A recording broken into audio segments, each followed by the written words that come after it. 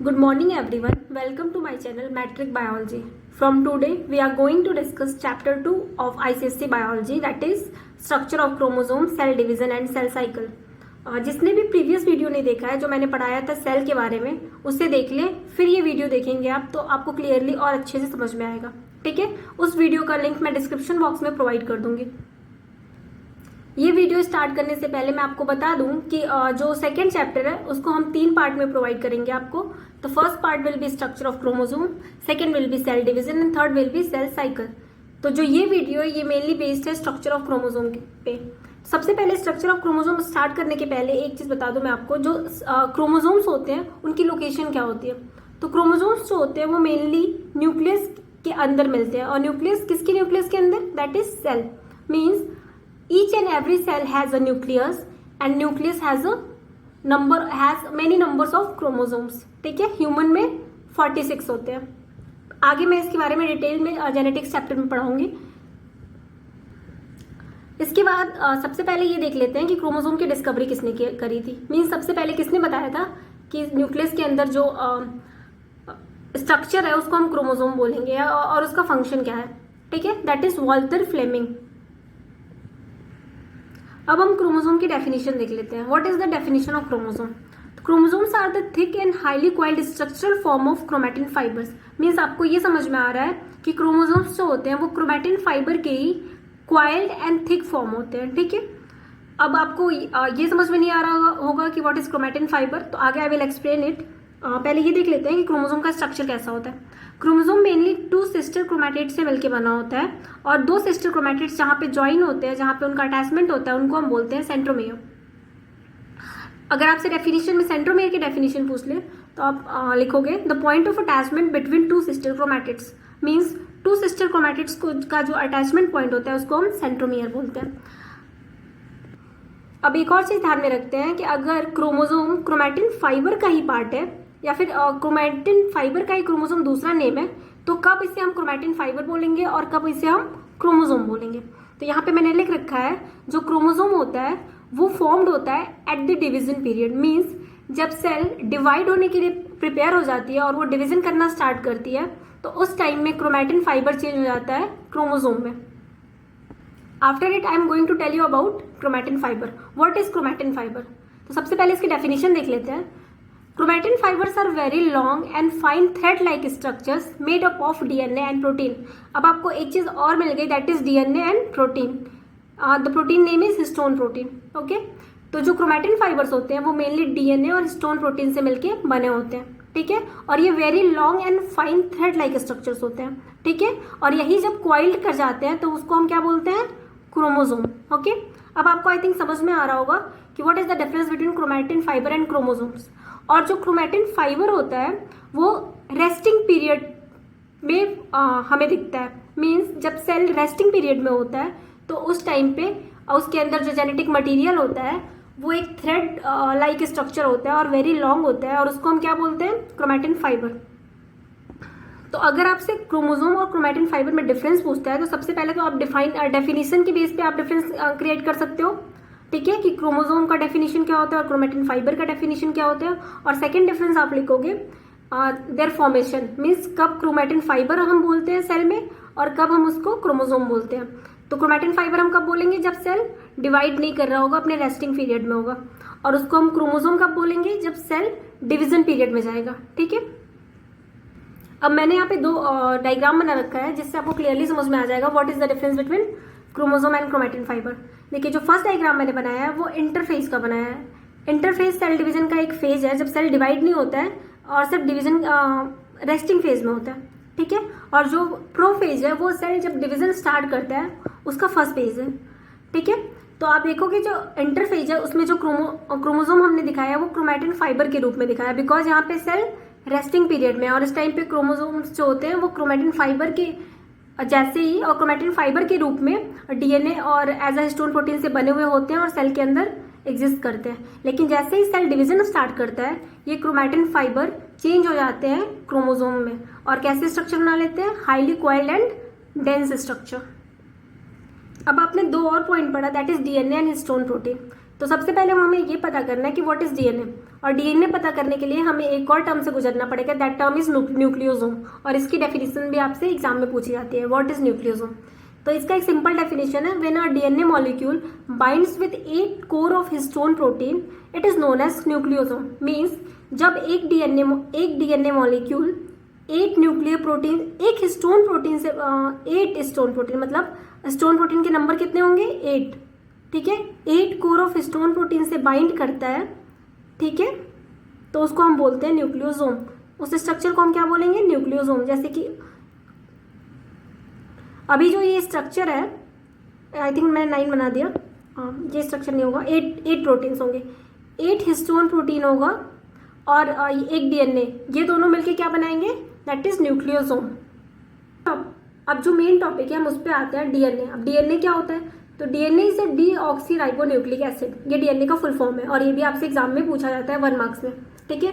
और लेकिन अगर डीएनए की डेफिनेशन देखें तो वो क्या होता है, तो जो डीएनए का डेफिनेशन होता है वो मेनली होता है अ double helical macromolecule made up of many nucleotides. Means एक ऐसा डबल हेलिकल मॉलिक्यूल जो बहुत सारे न्यूक्लियोटाइड से मिलके बना होता है, उसे हम डीएनए बोलेंगे। अब सबसे पहले ये देखेंगे कि डीएनए मिलके बना है न्यूक्लियोटाइड से, तो न्यूक्लियोटाइड क्या होता है। उससे पहले हम एक चीज़ और याद रखना है हमें कि जो न्यूक्लियोटाइड्स, जो डीएनए होता है, डबल हेलिकल मॉडल है डीएनए का, उसे प्रपोज किसने किया था, तो उसे 2 साइंटिस्ट ने मिलकर प्रपोज किया था। The first one is Watson and second one is Crick.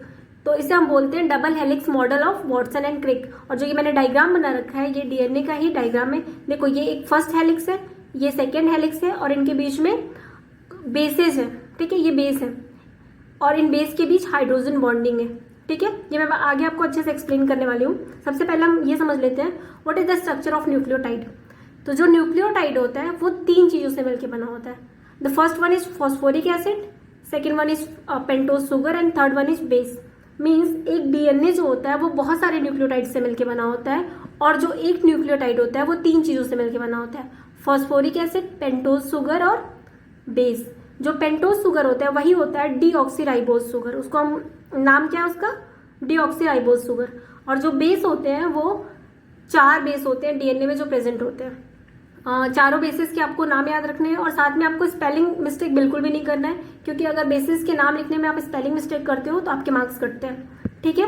तो the first one is adenine, guanine, thymine and cytosine.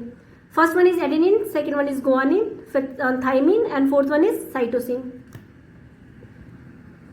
अब एक चीज याद रखना है कि जो एडेनिन है वो हमेशा थाइमिन के साथ बॉन्डिंग करता है। मीन्स ए हमेशा थाइमिन के साथ बॉन्डिंग करेगा, ठीक है। और जो गुआनिन है वो हमेशा साइटोसिन के साथ बॉन्डिंग करता है, ठीक है। तो जब भी आप डीएनए का स्ट्रक्चर बनाते हो आप ये चीज बिल्कुल माइंड में रखोगे कि ए के सामने हमेशा टी और सी के सामने हमेशा जी ड्रॉ करोगे, ओके। मीन्स एडेनिन हमेशा थाइमिन के साथ बॉन्डिंग करता है एंड गुआनिन हमेशा साइटोसिन के साथ, ठीक है। अब देखिए, ये जो है, ये मैंने स्ट्रक्चर जो ड्रॉ किया है that is a structure of 1 nucleotide, okay. Means एक न्यूक्लियोटाइड में क्या क्या होते हैं, this is a ribose sugar, ठीक है, this is sugar, this is phosphoric acid and this is base. ये एक न्यूक्लियोटाइड है, ऐसे ही बहुत सारे न्यूक्लियोटाइड्स, जैसे दूसरा मैंने बना रखा है, एक दूसरे के साथ ज्वाइन होते हैं, ठीक है, और हेलिकल फॉर्म में चेंज हो जाते हैं और उनको हम फिर क्या बोलेंगे, डीएनए। तो आप ये भी कह सकते हो डीएनए के अंदर 3 चीजें होती है, कौन कौन सी, फॉस्फोरिक एसिड, शुगर और बेस, जिनको हम कंबाइंडली क्या बोलते हैं, न्यूक्लियोटाइड। अब मैं आपको मेनली एक डायग्राम के थ्रू समझाने वाली हूँ कि डीएनए से क्रोमोसोम कैसे बनता है। मीन्स अभी तक मैंने आपको जो डिफरेंट चीजें पढ़ाई उन सब चीजों को एक साथ लिंक करके मैं बताऊंगी कि how a DNA forms chromosome, okay. तो सबसे पहले बात करेंगे कि एक डीएनए जिसके पास न्यूक्लियोटाइड है और न्यूक्लियोटाइड किससे मिलकर बना होता है, that is phosphoric acid, sugar and base. और बेस कौन कौन से होते हैं, adenine, thymine, guanine and cytosine, ठीक है। एडेनिन और थाइमिन के बाद डबल बॉन्डिंग होती है और गुआनिन और साइटोसिन के पास ट्रिपल बॉन्डिंग होती है और बॉन्ड किसके होते हैं, दैट इज हाइड्रोजन बॉन्डिंग, ठीक है। अब जो ये डीएनए है वो 8 हिस्टोन प्रोटीन के साथ जब बाइंड करता है तो उसको हम बोलते हैं न्यूक्लियोसोम, ठीक है। When one DNA is binding with 8 core of histone, this is called as nucleosome, ठीक है। तो यहाँ पे मैंने इस स्ट्रक्चर को लिख रखा है nucleosome. When lots of nucleosomes coiled. This is called coiling structure of nucleosome.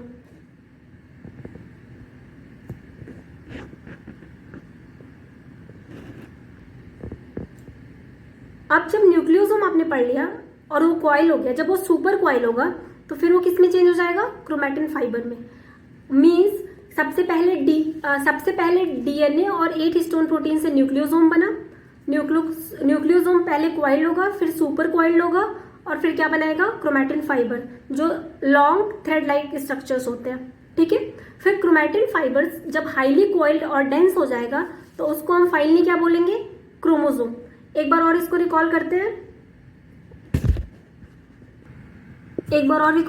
देखिए सबसे पहले फॉस्फोरिक एसिड, शुगर और बेस ने मिलकर न्यूक्लियोटाइड बनाया। ठीक, बहुत सारे न्यूक्लियोटाइड मिलकर डीएनए बनाते हैं। जब डीएनए हिस्टोन प्रोटीन के 8 हिस्टोन प्रोटीन के साथ ज्वाइन करता है तो न्यूक्लियोसोम बनाता है। न्यूक्लियोसोम जब कॉइल्ड होता है फिर सुपर कॉइल्ड होता है और सुपर कॉइल्ड होने के बाद क्या बनाता है? Chromatin fibre. क्रोमैटिन फाइबर्स फिर हाईली कॉइल्ड होते हैं और एक हेलिकल्स लाइक स्ट्रक्चर बनाते हैं जिसको हम फाइनली क्रोमोसोम बोलते हैं। और जो क्रोमोसोम होता है वो डिवीजन के टाइम सेल के अंदर प्रेजेंट होता है और जब सेल रेस्टिंग फेज में होता है तो वो क्रोमैटिन फाइबर के फॉर्म में प्रेजेंट होता है सेल के अंदर।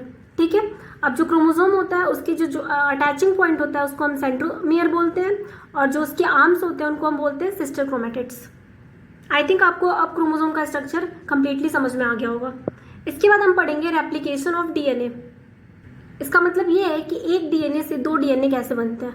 तो सबसे पहले एक डीएनए का स्ट्रक्चर देख लो आप, 2 हेलिकल्स है, एक मैंने ब्लू से दिखा रखा है, the second one is of red.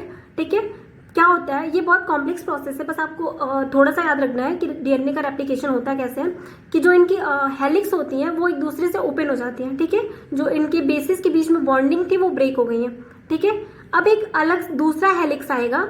ठीक है, जो इसके कंटेम्प्रेरी होगा वो रेड वाले से कंबाइन करेगा, जो ब्लू वाले के कंटेम्प्रेरी होगा वो ब्लू वाले से कंबाइन करेगा। ठीक है, और ये जो चेन है वो ओपन होती जाएगी, मीन्स सारे बेसिस एक दूसरे से अलग होते जाएंगे और दोनों के साथ उसका कंटेम्प्रेरी डीएनए आके ज्वाइन होता जाएगा। ठीक है, और ऐसे डीएनए का रेप्लिकेशन होता है, एक डीएनए से दूसरा डीएनए फॉर्म हुआ है। आई होप आपको ये लेक्चर समझ में आ गया होगा। इसमें मेनली हमने क्या पढ़ा है? क्रोमोसोम का structure, chromatin fibre, difference between chromosome and chromatin fibre, DNA means deoxy ribo nucleic acid, nucleotide के बारे में जिसमें हमने पढ़ा फॉस्फोरिक एसिड, पेंटोज शुगर और बेस। हाँ, अगर आपसे डीएनए का कॉन्स्टिट्यूएंट पूछेंगे तो आप बताओगे फॉस्फोरिक एसिड, पेंटोज शुगर और बेस। ठीक है, उसके बाद हमने पढ़ा है डीएनए का रेप्लिकेशन कैसे होता है। आई होप ये लेक्चर आपको समझ में आया होगा। Thank you for watching. अगर ये लेक्चर आपको समझ में आ रहा है तो प्लीज़ लाइक, शेयर और सब्सक्राइब करें। Thank you.